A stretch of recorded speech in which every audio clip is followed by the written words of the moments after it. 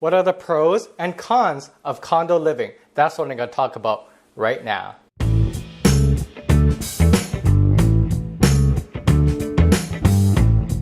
Hi, I'm Alex Lam from Royal Pacific Realty in Vancouver, and oh yeah, this is Canadian content, eh?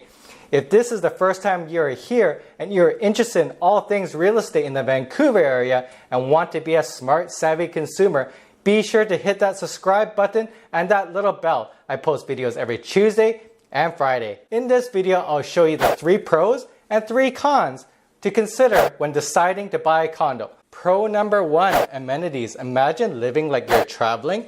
New condos have outdoor spaces to walk your dog, a swimming pool, sauna, gym, and a party room. Plus, most new condos are built by rapid transit, shopping, and recreational centers. Pro number 2, low maintenance. If you're not a handyman and the thought of picking up a hammer and using power tools is something you dread, condo living may be your thing. Just think about the last time you tried to assemble something bought from IKEA. Oh goodness, you know what I'm talking about. The Strata will maintain everything on your exterior of the building, including the landscaping.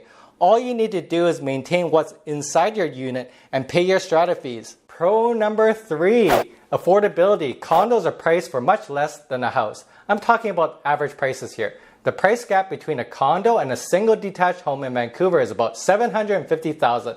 For the price of a house, you can buy 2 condos. Con number 1, strata fees are out of your control. Strata fees are fixed by your strata council and you have no control. Each year, the strata council will create a yearly budget, and in that budget, they'll determine the amount of strata fees you'll pay. Con number 2, really bad bylaws. When you are living in a condo, you're living in a community of residents.